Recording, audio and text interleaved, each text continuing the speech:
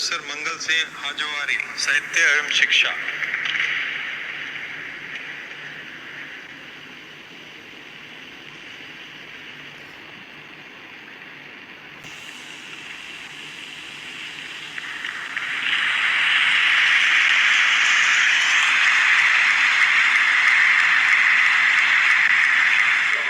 विशेष से बातचीत कर रहे हैं जो असम से जुड़े हैं, बोडो भाषा और साहित्य से जुड़े हैं। और मंगल सिंह हाजवारी इनका पूरा नाम है। ये असम से आते हैं, बोडोलैंड से जुड़े हुए हैं और वहाँ यूनिवर्सिटी ने इनको डीडी की उपाधि भी दी है।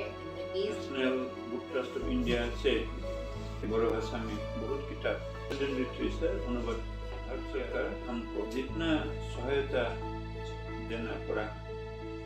कविताओं को, इनकी कहानियों को पाठ्य पुस्तकों में पढ़ाया जा रहा है विश्वविद्यालय के स्तर पे। 21 पुस्तकें आ चुकी है, निबंध की 8 पुस्तकें हैं, लघु कहानियां हैं 5 पुस्तकें वैसी आई हैं। कंपाइलर बना दिया बोडो साहित्य सभा ने।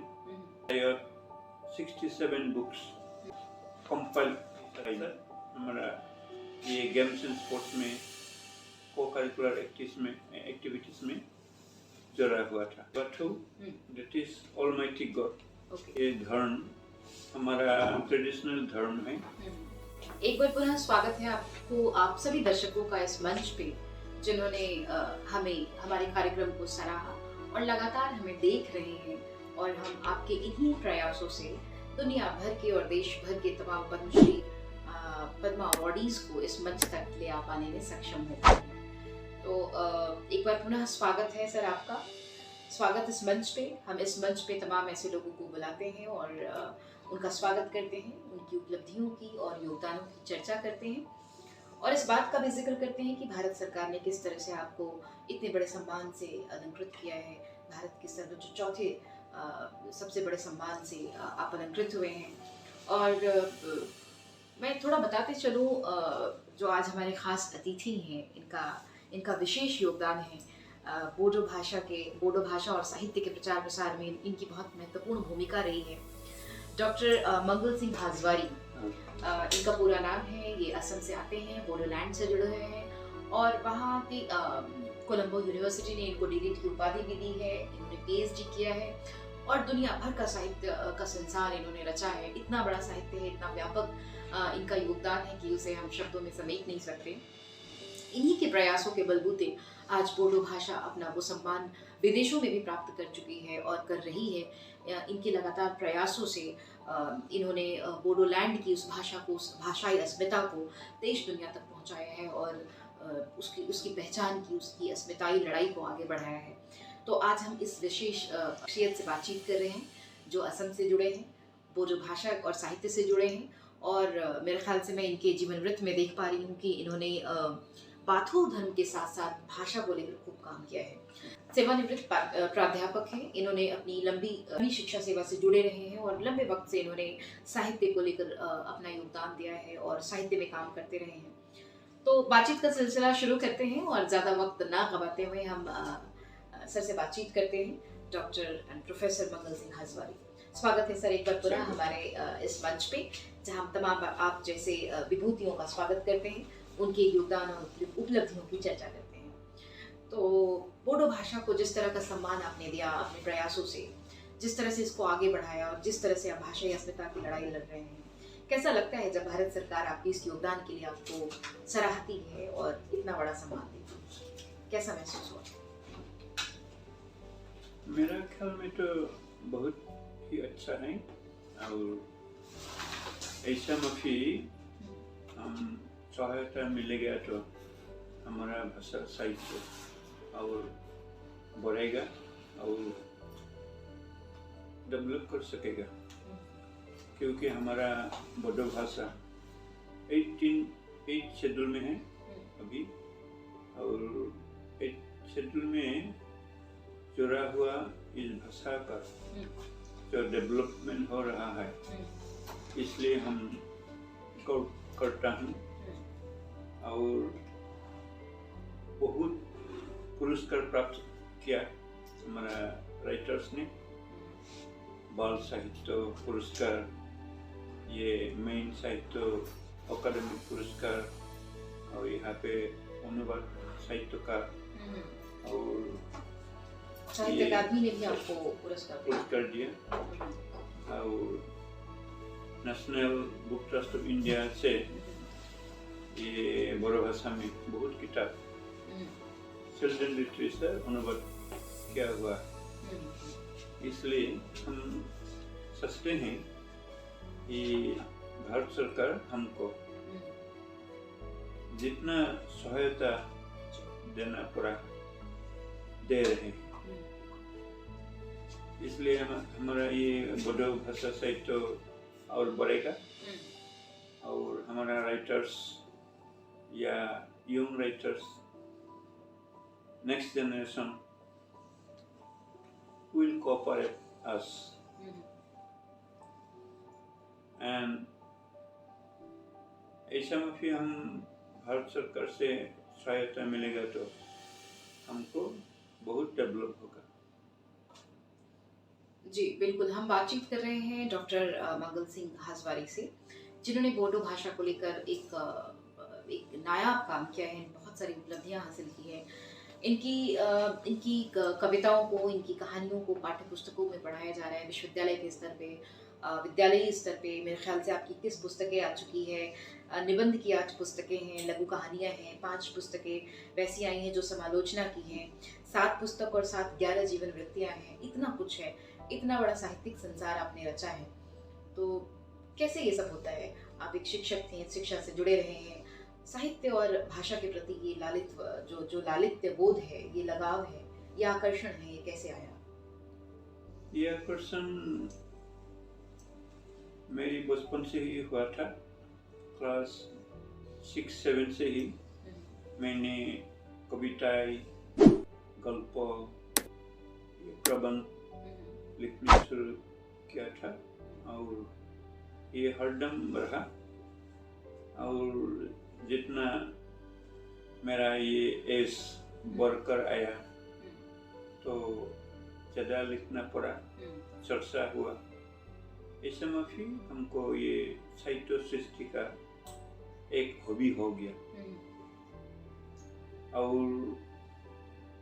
गुवाहाटी यूनिवर्सिटी में जब बोडो लैंग्वेज डिपार्टमेंट खुला हुआ था, इस समय मुझे कंपाइलर बना दिया बोडो साहित्य सभा ने। शायद 67 books were compiled by me। और ये सब टेक्स्ट बुक है, रेफरेंस बुक्स है, और ये एलपी स्कूल से high school, higher secondary, college level और यूनिवर्सिटी तक ये सब बुक्स, किताबें कोर्स एंड सिलेबस करिकुलम में दिया हुआ था। तो मैंने देखा ये बोडो साहित्य सभा का जो कोर्स एंड सिलेबस बहुत ही स्टैंडर्ड है और बहुत ही पढ़ने के लिए उपयुक्त है। तो टेक्स्ट बुक, रेफरेंस बुक्स और ये एंसिलरी बुक्स जब मैं हाथ दिया था तब से और ज़्यादा हमारा इंटरेस्टेड हो गया, ऐसा रुचि बढ़ गया। और ऐसा में फिर मेरी तरफ से साहित्य सेवा, साहित्य सृष्टि हुआ था। मैं देख पा रही हूँ कि आपको बहुत सारे अवार्ड मिले हैं, जिसमें मैं देख पा रही हूँ ग्लोबल अचीवमेंट अवार्ड है, इंटरनेशनल इंटेलेक्चुअल अवार्ड है, इंटरनेशनल कोहिनूर अवार्ड मिला है आपको, और इसके साथ साथ इंटरनेशनल अवार्ड की भरमार है। Institute of education and management की ओर से आपको इंदिरा गांधी इंटरनेशनल अवार्ड मिला है। इतने सारे अवार्ड और इतनी सारी कृतियाँ और इतने सारे काम, क्या कुछ बदला है आपके भीतर, या वो मौलिकता अभी तक बरकरार है? ये सब अवार्ड मिलने से हमारा और साहस बढ़ गया और लिखने में रुचि बढ़ गया, और लिखने के लिए, पढ़ने के लिए मैं परिवेश क्रिएट किया था अपने आप घर में, या जैसे मैं भी स्कूल, कॉलेज, यूनिवर्सिटी में मैं टीचर किया था। उसी समय भी हमको लिखना पढ़ना बहुत आदत हो गया, अभ्यास हो गया। थोड़ा अपने बचपन के बारे में बताएं हमारे दर्शकों को, कहाँ बीता और किस तरह से मुश्किल हालात थे या अच्छे हालात थे, किस तरह की कठिनाइयाँ आई? बचपन में हम तो खेत का काम किया था और ये फुटबॉल खेल या ये बास्केटबॉल खेल, हमारा ट्रेडिशनल जो खेल है, ये सब खेल हमारा अभ्यास हुआ था। और ये नाटक भी किया था स्कूल में, फंक्शन या जब कंपटीशन होता है तो यहाँ पे हम भाग लेते थे। इस समय फिर हमको और नाटक लिखना शुरू किया और ऐसे ही प्रबंध, गल्प या नाटक, एसेस या क्रिटिसिज्म तो कॉलेज लेवल से हुआ था। और बचपन में जो खेल का शुरू किया था तब से हमारा ये लिखना पढ़ना और बढ़ गया, क्योंकि मेरे ख्याल में एक्सरसाइज भी चाहिए। एजुकेशन के साथ साथ हमारा ये गेम्स एंड स्पोर्ट्स में, को करिकुलर एक्टिविटीज़ में जुड़ा हुआ था। तो बचपन इससे ही हमारा बीत गया। जैसा कि हम बातचीत कर रहे हैं प्रोफेसर मंगल सिंह हाजवारी से, असमिया साहित्य में इनके योगदान को भूला नहीं जा सकता। बोडो साहित्य को लेकर इन्होंने काफ़ी काम किया है, उसे बुलंदियों तक पहुंचाया, उसके विस्तार के लिए काम कर रहे हैं, उसकी अस्मिताबोध के लिए काम कर रहे हैं। ये आप कहीं ना कहीं बाथो धर्म से जुड़े हैं, ये क्या है, इसके बारे में थोड़ा बताएं। ये बाथो इज बड़े बाथो, that is almighty God. Okay. ये रिलीजन, ये धर्म हमारा ट्रेडिशनल धर्म है। हमारा जो इतिहास है, इतिहास में बोला गया thousands and thousands years ago the Bodo worship this Bathou religion। ऐसा में फिर हमारा जो बडोस है, बाथौ धर्म का पूजा करते हैं। और हमारा ये घर, ये गांव, नगर, शहर, इसी तरह ये धर्म का प्रचलन है। और हमारा एक अनुष्ठान है ऑल बाथौ महासभा, निखिल बाथौ धर्म ऐसा भी बोल सकते हैं हिंदी में। और इसी धर्म का जो फिलोसफी, ये फिलोसफी हमारा ट्रेडिशनल राइट्स, रिचुअल और ये नियम पद्धति thousands and thousands years ago ये चलते हैं, चल रहेगा। और इसीलिए हम भी इस धर्म में काम करना शुरू किया और ये संगठन या इंस्टीट्यूशन ऑल बाथौ महासभा बना लिया। तो ये रिफॉर्मेशन हुआ और यह हमारा चलते हैं अभी बाथौ प्रेयर सॉन्ग अभी मजबूत से हमारा गावल या चिल्ड्रंस या हमारा ये एजेड वे लोग भी ये बाथौ प्रार्थना गाते हैं। और ये अभी बहुत जोरदार से चल रहे हैं। बोडो भाषा को स्थापित करने में, उसे विकसित करने में, उसे प्रचारित करने में और विदेशों तक पहुंचाने में भी इनकी काफ़ी महत्वपूर्ण भूमिका रही है। इन्होंने स्थापित करने में काफ़ी बड़ा योगदान भी दिया है और इसी के चलते विकास की नींव भी पड़ी है। बोडो भाषा में क्या कुछ नया किया जा रहा है, क्या कुछ नया रचा जा रहा है, नए नए साहित्यकार क्या कुछ कर रहे हैं और सरहदों को तोड़ आगे और कितना इसके लिए प्रयास किया जा रहा है ताकि बोडो भाषा अपनी अस्मिता को पुनः प्राप्त करे और उस भाषाई अस्मिता के साथ आगे बढ़े। तो आपकी क्या भविष्य की योजनाएं हैं ये भी बताएं और क्या कुछ नया, किस तरह से नए लोग जुड़ रहे हैं इसके साथ? हमारा ये बोडो भाषा का साहित्य, हम्म, ये नया जमाना का मॉडर्न एज का एक महत्वपूर्ण काम हो गया है। या हमारा जो यंगस्टर्स, नव प्रजन्म, ये नव प्रजन्म बहुत से यहाँ पे जरा हुआ है। बोडो भाषा साहित्य का जो डेवलपमेंट, इसमें महत्वपूर्ण काम किया जाता है बोडो साहित्य सभा से। शुरू हुआ था 1952 में और हमारा राइटर्स, टीचर्स या स्टूडेंट्स इस भाषा साहित्य डेवलप करने के लिए ये हंगामा भी करना पड़ा, रिवॉल्यूशन करना पड़ा या आंदोलन करना पड़ा था। ये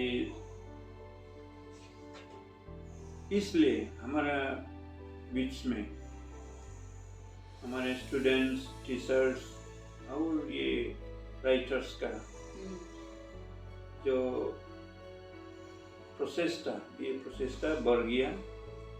नया नया साहित्य सृष्टि हुआ और ये अभी तक नया नया बहुत किताब पब्लिश हो रहे हैं और पब्लिश हो रहेगा। ऐसा माफी हम भी ये बोडो साहित्य सभा का जो दायित्वपूर्ण गुरुत्वपूर्ण काम, ये सब काम में सहयोगिता कर रहे हैं और करेगा। मेरे ख्याल में बोडो साहित्य सभा हमारे लिए बैकबोन है और ये भाषा, ये साहित्य डेवलप होने से हमारा जाति, हमारा रिलीजन, हमारा जो डेवलपमेंट ये करते रहेंगे और हम भी इसलिए बोडो साहित्य सभा बोडो भाषा के लिए काम कर रहे हैं। जी, जैसा कि हम बातचीत कर रहे हैं डॉक्टर मंगल सिंह हाजवारी से, बोडो साहित्य को लेकर इनके जो योगदान है उसकी चर्चा हम लगातार कर रहे हैं। हम लगातार कई अलग अलग हस्तियों से, अलग शख्सियतों से आपको इस मंच पे मिला रहे हैं जो अलग अलग क्षेत्र के हैं, अलग अलग भूमि के हैं, अलग अलग रंग के हैं और सरकार ने सभी को एक मंच पर लाकर वो सम्मान दिया है जिसकी अपेक्षा सभी करते हैं। तो भारत सरकार ने पद्मश्री अवार्ड से इनको सम्मानित किया है। इसके अतिरिक्त और भी बहुत से सम्मान और अवार्ड इनको पहले भी मिल चुके हैं इनके कार्यों के लिए, इनकी उपलब्धियों के लिए।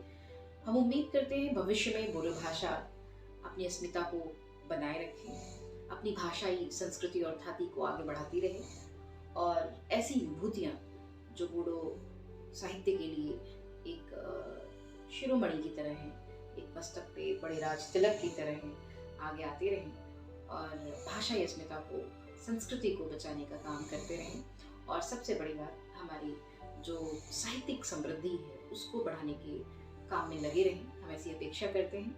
हम ये भी अपेक्षा करते हैं कि इनकी आने वाले दिनों में इनकी कुछ नई पुस्तकें, मूल रूप से आप बोडो भाषा में लिख रहे हैं और अंग्रेजी में लिख रहे हैं, बोडो भाषा में।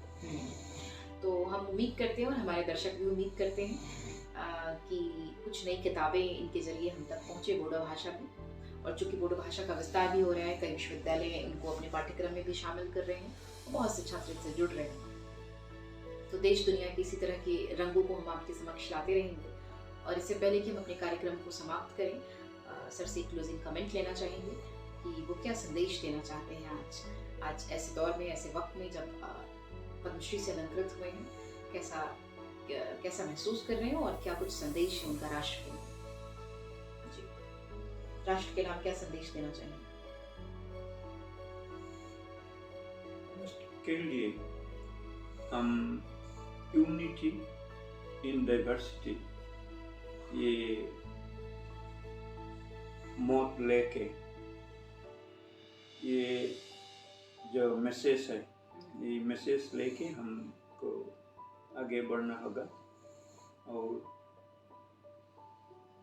यंगस्टर्स, दैट इज यंग लोग है, युवा लोग है, वे लोग ये एक मनोभाव लेके आगे बढ़ना होगा। प्रेरणा के साथ बढ़े, मनोबल के साथ, मनोबल लेना होगा, साहस लेना होगा, और तो हमारा देश बढ़े जाएगा। और इसलिए यंगस्टर्स अपना मनोभाव लेके आगे बढ़ना होगा। नया नया लिटरेचर या साहित्य सृष्टि करना होगा और हमारे बीच में ये एक मनोभाव प्राप्त होके हमको आगे बढ़ना होगा। जी हाँ, तो हमने ये सुना राष्ट्र के नाम संदेश, समाज के साथ नाम संदेश और बोडोलैंड को लेकर इनकी जो भावनाएं हैं और जिस तरह से भाषा को लेकर इनकी भावनाएं और जिस तरह से समृद्धि की ओर, भाषाई समृद्धि की ओर लगातार बढ़ रहे हैं और कई सारे पुरस्कार प्राप्त कर चुके हैं। उम्मीद है आपको ये कार्यक्रम अच्छा लगा होगा। उम्मीद है आप आगे भी अगले एपिसोड्स में इस तरह के हस्तियों से मुलाकात करते रहेंगे और हम देश भर के अलग अलग मिट्टियों से लोगों को आपको जोड़ते रहेंगे, वहाँ के रंगों को दिखाते रहेंगे और पद्मश्री से अवार्ड से सम्मानित लोगों को आप तक पहुँचाते रहेंगे, उनकी भावनाओं को आप तक पहुँचाते रहेंगे, आपसे मिलवाते रहेंगे।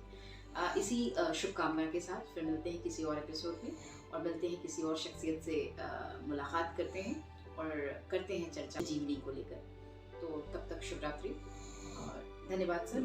आपने राष्ट्र का गौरव बढ़ाया है, देश का मान बढ़ाया है, बहुत बहुत आभार। और पूरा देश डॉक्टर मंगल सिंह हाजवारी पे आज गौरव कर रहा है क्योंकि स्वयं भारत सरकार ने इनको सम्मानित किया है पद्मश्री से। नमस्कार।